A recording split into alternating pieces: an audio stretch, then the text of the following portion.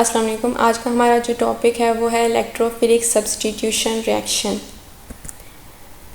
Main topic पे जाने से पहले हम देखेंगे कि इलेक्ट्रोफाइल क्या होता है। इलेक्ट्रोफाइल एक ऐसा रिएजेंट होता है जो कि इलेक्ट्रॉन पेयर को एक्सेप्ट कर सके। इसको इलेक्ट्रॉन लविंग कहा जाता है कि ये इलेक्ट्रॉन का लवर है। इलेक्ट्रॉन लविंग इसको इस वजह से कहा जाता है कि ये सबस्ट्रेट के जो हाई इलेक्ट्रॉन डेंसिटी होती है, यानी कि जो नेगेटिव सेंटर्स होते हैं, ये उसको अटैक करता है। ये इलेक्ट्रॉन डेफिशिएंट होते हैं और मोस्टली पॉजिटिव आयंस होते हैं, इस पर पॉजिटिव चार्ज होता है।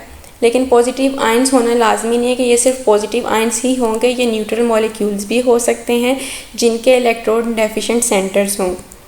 इलेक्ट्रोफाइल को हम कैपिटल ई पॉजिटिव साइन से डिनोट करते हैं। ये कुछ एग्जांपल्स दी हुई हैं हमारे पास इलेक्ट्रोफाइल्स की, जो न्यूट्रल भी हैं और पॉजिटिव चार्ज भी हैं, जैसे क्लोरीनियम आयन, ब्रोमीनियम आयन। अब आते हैं हम अपने मेन टॉपिक की तरफ, जो है इलेक्ट्रोफिलिक सब्स्टिट्यूशन रिएक्शन। अब ये सब्स्टिट्यूशन रिएक्शन है, तो सब्स्टिट्यूशन का मैंने आपको पहले भी बताया था कि सब्स्टिट्यूशन क्या होती है कि एक ग्रुप हमारा लीव करेगा तो दूसरा ग्रुप उसकी रिप्लेसमेंट में आके उस प्लेस पे अटैच होगा। यहाँ पे जो अटैच होगा वो क्या है, इलेक्ट्रोफाइल। इलेक्ट्रोफाइल जो है वो अटैक करता है और उसकी रिप्लेसमेंट में जो दूसरा एक ग्रुप होगा वो लीव करेगा। ठीक है। अब ये जो मेन टॉपिक है इलेक्ट्रोफिलिक सब्स्टिट्यूशन रिएक्शन, ये हमारा 3 स्टेप्स में कंप्लीट होता है। सबसे पहले हमारे पास फॉर्मेशन ऑफ इलेक्ट्रोफाइल आती है। सबसे पहले इलेक्ट्रोफाइल बनेगा, फिर वो जो इलेक्ट्रोफाइल है वो अटैक करता है हमारे सबस्ट्रेट को, और फिर नेक्स्ट जो सबस्ट्रेट है उससे प्रोटॉन या हाइड्रोजन आयन जो है वो लीव करता है अगले स्टेप में। अब ये जनरल पूरा एक मैकेनिज़्म दिया हुआ है इसी इलेक्ट्रोफिलिक सब्स्टिट्यूशन रिएक्शन का। सबसे पहले ये जो यहाँ पे जो ल्यूइस एसिड दिया हुआ है, ये क्या है, ये हमारे पास कैटलिस्ट है। ये जो रिएक्शन होता है ये कैटलिस्ट की प्रेजेंस में होता है। तो कैटलिस्ट हमारे पास जनरली ये होते हैं ल्यूइस एसिड। अब जो ये जो ल्यूइस एसिड हैं ये इलेक्ट्रॉन डेफिशिएंट होते हैं, यानी कि ये इलेक्ट्रॉन को एक्सेप्ट कर सकते हैं। यहाँ पे जो इन्होंने क्लोरीन की एग्जांपल दी हुई है, अभी जो क्लोरीन का एक एटम है, जब ये ल्यूइस एसिड इस पर अटैक करेगा, ये ल्यूइस एसिड इलेक्ट्रॉन डेफिशिएंट है, तो ये क्लोरीन एटम जो है ये एक इलेक्ट्रॉन लेके इसके साथ ल्यूइस एसिड के साथ जाके अटैच हो जाएगा।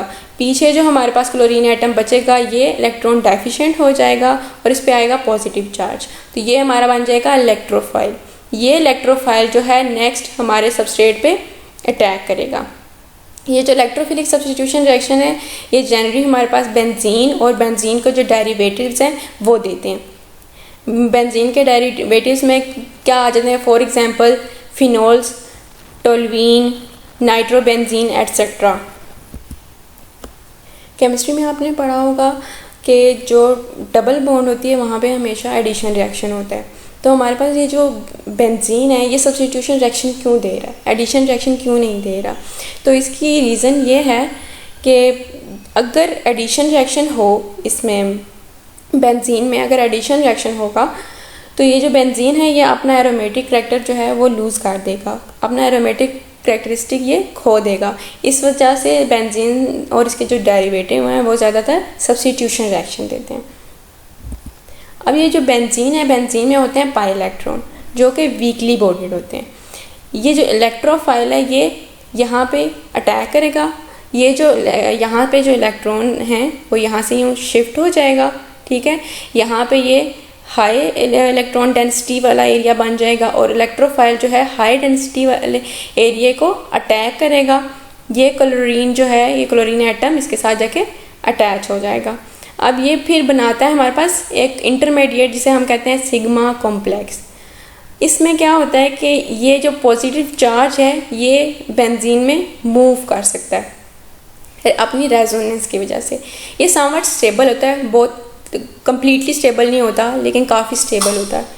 तो ये जो पॉजिटिव चार्ज है ये मूव कर सकता है। अगर यहाँ पे ये जो इलेक्ट्रॉन्स हैं ये यहाँ पे यहाँ पे शिफ्ट हो जाएं तो ये पॉजिटिव चार्ज यहाँ पे आ जाएगा। ये वाले इलेक्ट्रॉन अगर यहाँ पे शिफ्ट कर जाते हैं तो पॉजिटिव चार्ज यहाँ पे मूव कर देगा। ये एक हाइब्रिड स्ट्रक्चर होता है जहाँ पे ये जो डबल बॉन्ड करैक्टर है इसका ये स्प्रेड हुआ होता है। नेक्स्ट स्टेप में फिर हमारे पास जो प्रोटॉन है वो लीव कर जाता है, जैसे ये प्रोटॉन है ये लीव कर जाएगा और डबल बॉन्ड यहाँ पे दोबारा बन जाएगी। अब हम आते हैं इसकी बेसिक एग्जांपल के ऊपर। इलेक्ट्रोफिलिक सब्स्टिट्यूशन के लिए एक एग्जांपल है जो हमने ब्रोमिनेशन की ली हुई है, ठीक है। इसमें ब्रोमिनेशन होगी यानी कि इसमें ब्रोमीन ऐड हो रहा है, ठीक है। इसमें ब्रोमीनियम आयन जो होगा वो एज अ इलेक्ट्रोफाइल एक्ट करेगा। इसका जनरल रिएक्शन है। अब ये जो रिएक्शन है ये भी in the presence of Lewis acid यानी कि कैटलिस्ट की प्रेजेंस में हो रहा है। और ये ज़रूरी नहीं है कि जो हमारा कैटलिस्ट होगा वो और जो इलेक्ट्रोफाइल जनरेट हो रही है दोनों सेम हों, यानी कि हमारे पास ये Br3 ही हो। ब्रोमीन है यहाँ पे तो यहाँ पे भी ब्रोमीन ही हो, यहाँ पे कोई और भी हो सकता है, यानी कि क्लोराइड है तो यहाँ पे कैटलिस्ट कोई और भी हो सकता है। ब्रोमीन के साथ हम लोगों का इलेक्ट्रोफाइल कोई और भी हो सकता है, लाजमी नहीं है कि दोनों सेम ही हो। अब आते हैं हम इसके मैकेनिज़्म की तरफ कि ये 3 स्टेप में कैसे प्रोसीड करेगा। सबसे पहला स्टेप मैंने आपको बताया कि क्या होता है, उसमें सबसे पहले इलेक्ट्रोफाइल जनरेट होता है, ठीक है। तो अब इलेक्ट्रोफाइल जो है जनरेट करने के लिए अब यहाँ पे देखें ब्रोमीन एटम है, ये हमारे पास लुईस एसिड है, कैटलिस्ट है। कैटलिस्ट जो है इसके साथ ब्रोमीन एटम एक अटैच हो जाएगा।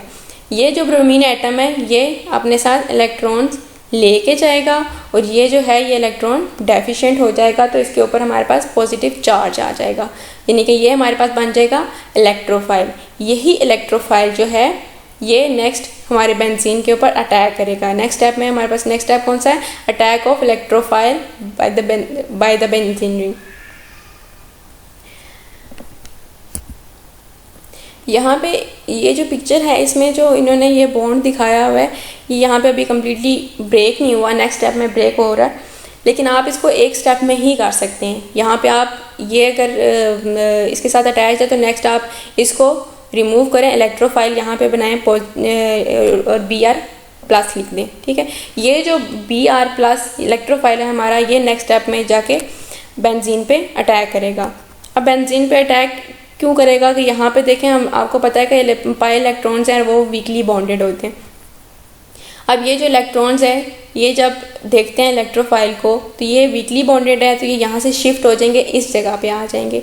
जब ये इस जगह पे आते हैं तो ये जो एरिया है ये इसकी जो इलेक्ट्रॉन डेंसिटी है वो इंक्रीज़ कर जाएगी और इलेक्ट्रोफाइल इस पर अटैक करेगा। जब हमारा इलेक्ट्रोफाइल इसके साथ अटैच हो जाता है तो हमारे पास एक इंटरमीडिएट प्रोडक्ट बनती है। ये मैंने पीछे आपको बताया है कि हमारे पास सिग्मा कॉम्प्लेक्स बनेगा, ठीक है। ये जो सिग्मा कॉम्प्लेक्स है इसमें रेजोनेंस होती है, ये भी मैंने आपको पीछे बताया है। जो पॉजिटिव चार्ज है ये मूव कर सकता है इसमें और ये समवट स्टेबल भी होता है। नेक्स्ट जो हमारा स्टेप है उसमें हमारे पास डीप्रोटोनेशन होगी, यानी कि हमारा जो एक हाइड्रोजन आयन है वो यहाँ से लीव करेगा। ये जो हाइड्रोजन आयन है ये यहाँ से रिमूव होगा और ये डबल बॉन्ड जो है यहाँ पे दोबारा बन जाएगी और हमारा जो कैटलिस्ट है वो एज इट इज़ निकल आएगा। आपको कैटलिस्ट की डेफिनेशन में पता होगा जो कैटलिस्ट है वो रिएक्शन के अंदर इस्तेमाल नहीं होता, यूज़ नहीं होता, वो जैसा स्टार्ट में होता है वैसा ही एंड पे निकल आता है, ठीक है। तो ये जो ब्रोमीनियम आयन था हमारे पास जिसने अटैक किया वो इलेक्ट्रोफाइल था, तो दूसरा हमारे पास था, ठीक है, ब्रोमाइड आयन था, वो जो है वो हाइड्रोजन के साथ जाके अटैच हो जाएगा और HBr बना देगा और catalyst as it is remove हो जाएगा। अब ये जो इलेक्ट्रोफिलिक सब्स्टिट्यूशन रिएक्शन है इसमें हमारे पास हेलोजनेशन में आपके पास क्लोरीन, आयोडीन, ब्रोमीन ये सारे यूज़ होंगे। सल्फोनेशन होती है, SO3 अटैच होता है इसमें बेंजीन में आके, नाइट्रेशन होती है जिसमें NO2 आके अटैच होता है। ये सारे रिएक्शन जो हैं इलेक्ट्रोफिलिक सब्स्टिट्यूशन की एग्जांपल्स हैं। तो इसके अलावा अगर आपका एग्ज़ाम में आ जाता है, क्वेश्चन आ जाता है तो आप ब्रोमिनेशन के अलावा कोई और भी कर सकते हैं। अगर उन्होंने कोई स्पेसिफाई किया हो कि आपने नाइट्रेशन करवानी है या आपने सल्फोनेशन करवानी है तो आप वो वाला रिएक्शन करेंगे, लेकिन मैकेनिज़्म इसका सारा यही होगा, ठीक है। 3 स्टेप में ही ये कंप्लीट होगा। Thank you.